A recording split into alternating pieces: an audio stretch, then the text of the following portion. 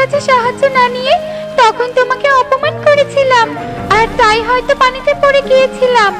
কলা গাছ, তোমার কথায় আমি কষ্ট পাইনি, আর তখনই তোমাকে আমি ক্ষমা করে দিয়েছি। তুমি এবার থাকো, আমি আবার এখানে পানি নিতে আসব। বাগানে পানি দিতে হবে তো তাই। ও আচ্ছা, তোমার তাহলে বড় বাগান আছে? আমার বাগান নেই কলা গাছ, আমাদের বনের ঈগল দাদার বাগান আছে। তারপর টুনি কলা গাছকে সব কথা খুলে বলে। ও আচ্ছা, এই ব্যাপার। ওই পাখিটা তো খুব খারাপ, তবে চিন্তা করো না, সত্যটা প্রমাণ করতে আমি তোমাকে সাহায্য করছি।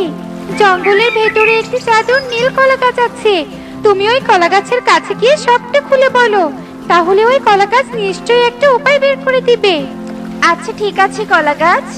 এরপর টুনি বালতির পানি ফেলে দিয়ে জঙ্গলে চলে যায় আর নীল কলা গাছ খুঁজতে থাকে। এটাই বুঝি জাদুর কলা গাছ।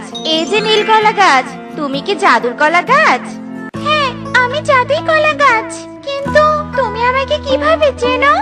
তারপর টুনি কলা গাছকে সব কথা খুলে বলে। এই নাও, একটি জাদুর আয়না। এই আয়না ঈগলের সামনে ধরে